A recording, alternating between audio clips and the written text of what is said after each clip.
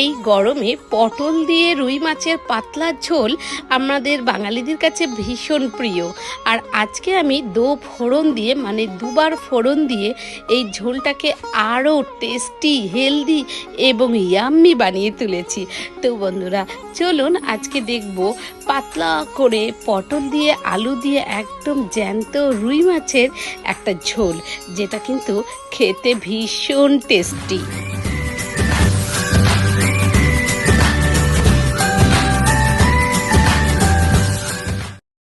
নমস্কার বন্ধুরা, আপনাদের সকলকে স্বাগত কুক অ্যান্ড ফুড চ্যানেলে।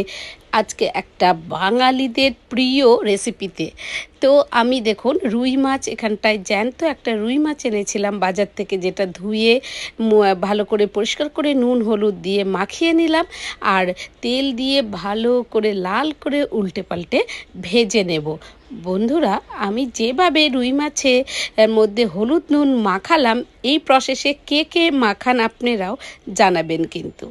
তো ওইদিকে মাছটা ভাজা হোক আর আমি এদিকে মশলাটা রেডি করে নিই। এদিকে নিয়েছি আদা, কাঁচা লঙ্কা আর টমেটো, আর এইদিকে যে গুঁড়ো বেসিক মশলা যেমন জিরে গুঁড়ো, লঙ্কা গুঁড়ো, হলুদ গুঁড়ো দিয়ে একটু জল দিয়ে বেশ কিছুক্ষণের জন্য ভিজিয়ে রাখবো। গুঁড়ো মশলা যখন ব্যবহার করবেন বন্ধুরা, এইভাবে একটু জল দিয়ে আগে ভিজিয়ে রাখবেন, তাহলে দেখবেন তার টেস্ট কিন্তু দ্বিগুণ বেড়ে যাবে। আর এদিকে আমি যেহেতু পটল আলু দিয়ে আজকের মাছের ঝোলটা বানাবো, তাই পটল আলু কেটে জলের মধ্যে ভালো করে ধুয়ে নিলাম। আর দেখুন আমার ওই কাজগুলো করতে করতে এইদিকে কিন্তু মাছ ভাজা একদম কমপ্লিট। তো আমি 1 কিলো মাছের মধ্যে আমাদের কয়েক পিস মাছ রান্না করে আবার কয়েক পিস মাছ কিন্তু রেখে দেব অন্য দিনের জন্য। তো ওই তেলের মধ্যে আমি দিলাম জিরে ফোড়ন দিয়ে আমি পটল আলু সব দিয়ে একসাথে ভালো করে ভেজে নেব। বন্ধুরা পটলগুলো যেহেতু দেশি এবং কচি, তাই পটল আলু একসাথে দিয়েই ভাজবো। পটলগুলো ভাজতে ভাজতে দেখবেন কেমন যেন সেদ্ধ হয়ে গেছে। তো আর আলুটা যেহেতু চন্দ্রমুখী, তাই আলুটাও কিন্তু তাড়াতাড়ি সেদ্ধ হয়ে যাবে। এবার আমি যে আদা, কাঁচা লঙ্কা আর টমেটো বেটে রেখেছিলাম সেই মশলাটা দিলাম আর তার সাথে একটু জল দিয়ে ধুয়ে দিলাম।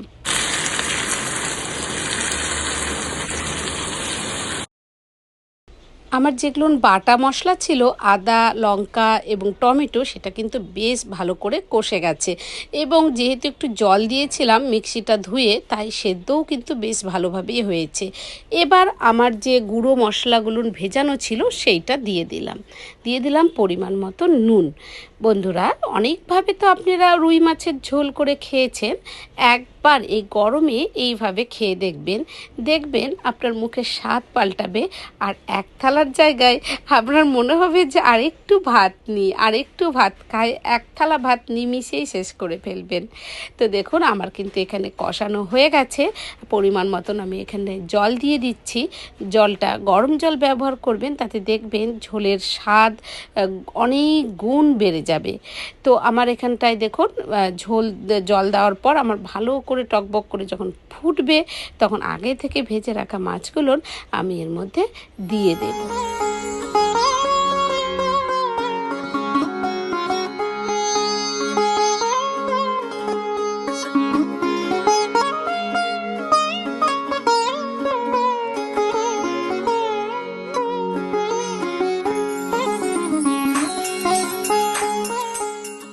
তো কিছুক্ষণ ফোটানোর পর আমি এর মধ্যে দিয়ে দিলাম 2টো কাঁচা লঙ্কা।